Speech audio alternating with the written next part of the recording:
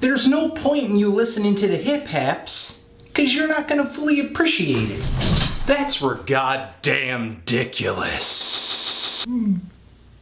Hi everyone, Anthony Fantano here, internet's busiest music nerd, and it's time for a quick little album review, Mission of Burma Unsound. This is the latest LP from Boston experimental rock and post-punk outfit Mission of Burma, a group whose early stuff I love to death.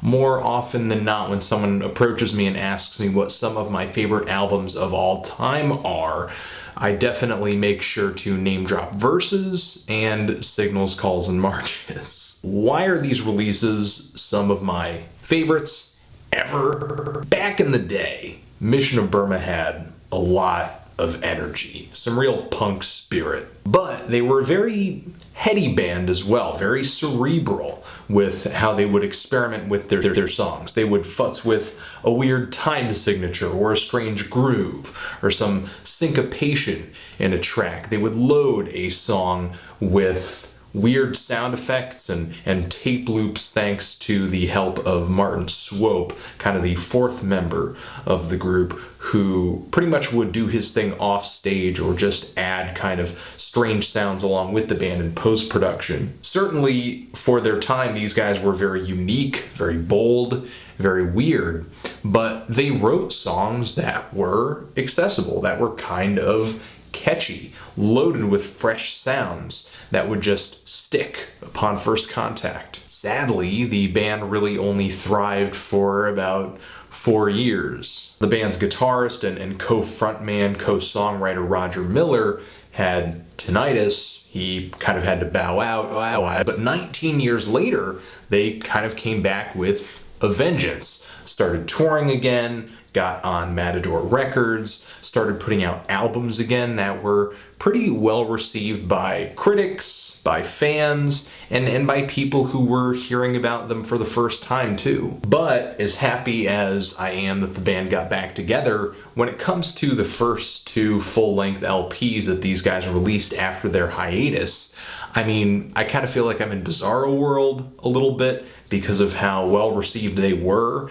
and I was not hot on them at all, especially on the LP On Off On, which to me was really kind of clean and overproduced for these guys. And I was kind of finding less strange sound effects on these records too, just less mind-bending moments. In 2009, the band came out with The Sound, The Speed, The Light, and I actually like this record quite a bit. The band changed their production. It sounds like they are recording in the same manner they were back in the 80s. With this record, I saw Mission of Burma kind of not only embracing their older sound, but continuing to advance it and experiment with it as if the hiatus had never happened. Now on this new LP, Mission of Burma continues to kind of perform their tracks in the raw, really letting that interplay flow and letting the chaos occur, much in the same way that the band did on their live LP. But of course they have a more focused studio sound to it. This thing is 34 tracks, 11 minutes long, and it opens up with the track Dust Devil, which opens up with this really weird groove. Roger Miller singing front and center, and it is pretty much just classic Burma. Roger's guitar freakouts are all over the place. Peter Prescott's drums are just frantic, very nutty fills. His playing is very intense and sometimes unpredictable. I don't feel like this is one of the band's best songs. The next track, Semi-Pseudo Sort of Plan, has a classic Burma feel to it too, but Clint Connolly is fronting this track, and if you've never heard this band before, you'll kind of get a grip of the 2 songwriting styles of Roger Miller and Clint Connolly. On this particular track, yeah, it is catchier, it is easier on the ears, and it's because he has the tendency to write songs that are more anthemic and approachable. And that's the dynamic that they kind of have been switching back and forth between for years, but this is the first LP where I feel like they really kind of toy with that dynamic and break it a bit, because during the songwriting process of this album, or really the performance process, the recording process of this album, instruments were switched and members had to write songs on something they weren't necessarily comfortable with. Of course, I wasn't there for the recording of this album, but if there is at least one song that I would bet was performed in this way, it is Sectionals and Mourning. The guitars, the bass, the vocals are there, but they do not seem to be, I guess, sort of played in the way that you would expect from Mission of Burma, especially the guitars, which are just kind of like laying on these sliding leads. So there are some moments where the band is noticeably stepping outside of their comfort zone, like the song Add in Unison, which has these like descending blues rock guitar leads that sound like they could have been out of a classic rock tune. There's also a trumpet on the end of that track and multi-layered trumpets on the track after that as well.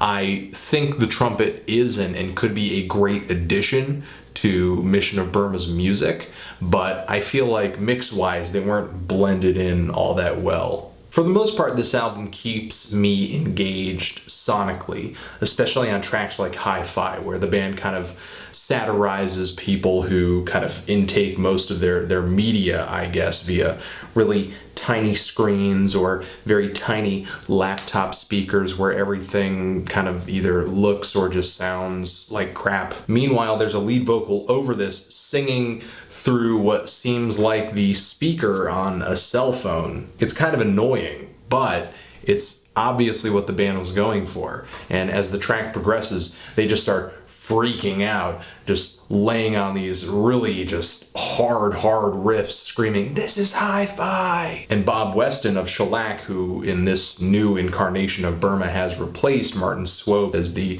effects guy, the tape and loops guy, really proves his worth on this track and lays a load of sounds into this song that enhance the chaos. There were some negatives on this LP for me, for sure. For one, I do feel like there are a good series of songs on here that are either underwhelming or pretty forgettable. And I would say forgettable because they've pretty much already written songs that sound like these songs. I'm talking about Dust Devil, Second Television, and the really sort of messy performances that are on some of these tracks. While they can make this album feel pretty liberating, pretty exciting, they do make some of these songs feel kind of dull. Like if they were performed with more tightness, they would just be so much more cutting. Maybe they're not doing this stuff with the best execution they possibly could. I feel like some songs could have used more effects, but I did end up liking this.